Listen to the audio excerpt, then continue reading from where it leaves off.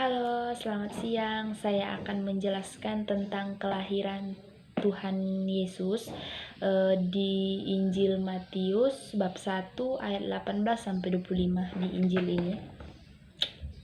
Terus saya akan menjelaskan tentang kelahiran Tuhan Yesus. Jadi, Yusuf itu adalah ayahnya Yesus dan Bunda Maria adalah ibunya. Jadi, sebelum Bunda Maria sama Yusuf itu bertunangan, ternyata Bunda Maria itu sudah hamil dan dia tuh hamil oleh Bait Allah atau Roh Kudus. Terus Tuhan itu mempercayakan Bunda Maria untuk mengandung Roh Kudus, yaitu yang nanti bakalan dinamai Yesus. Jadi Bunda Maria itu hamil karena kepercayaan Tuhan untuk melahirkan Roh Kudus atau Bait Allah. Jadi sebelum pertunangannya dimulai, jadi Yusuf itu mengetahui tentang kehamilan Bunda Maria. Jadi dia berencana untuk membatalkan pertunangannya sama Bunda Maria atau pernikahannya lah ya sama Bunda Maria. Tetapi karena mengetahui Yusuf bakalan membatalkan pernikahannya sama Bunda Maria, malamnya Yusuf bermimpi Tuhan itu hadir di dalam mimpi Yusuf itu. Terus Tuhan itu bilang, kamu tetap harus menikahi Bunda Maria karena anak yang di dalam kandungan Bunda Maria itu adalah Bait Allah atau Roh Kudus atau orang suci yang bakalan menyelamatkan dosa umat manusia nantinya. Setelah dia lahir, kamu akan menamai dia Yesus Kristus. Dia adalah bayi laki-laki yang dikandung Bunda Maria itu adalah bayi laki-laki yang bakalan kamu namai dia Yesus Kristus ketika dia lahir. Setelah bermimpi seperti itu, Yusuf esok paginya tuh bangun, terus dia langsung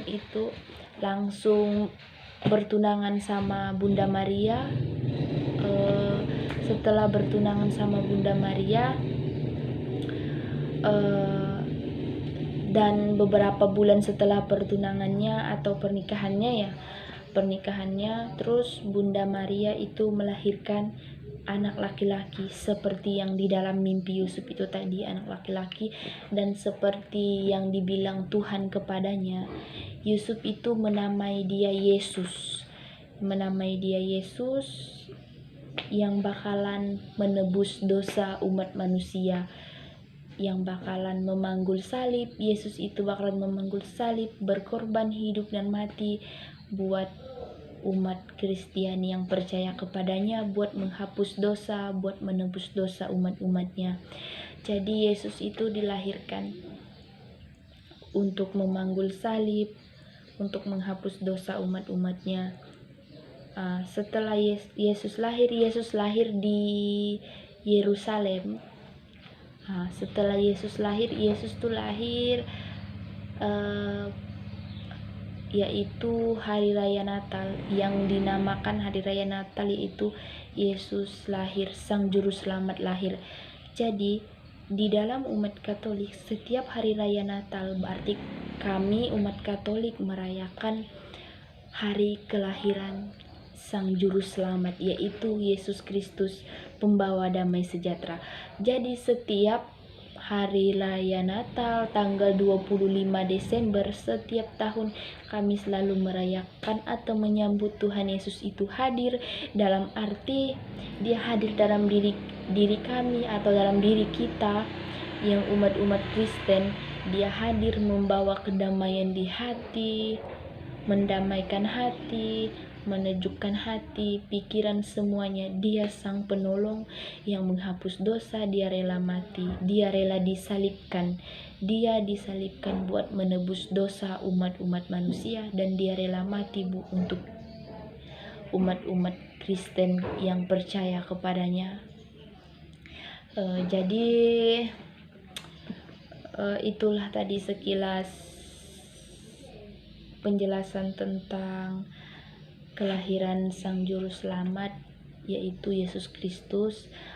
Saya mengangkat dari cerita di Matius ini, Matius di Injil Matius, yaitu kelahiran Yesus Kristus, bab 1 ayat 18 sampai 25. Ini bukunya. Jadi saya menjelaskan apa yang saya baca di sini. Jadi isi dalam yang saya baca di sini adalah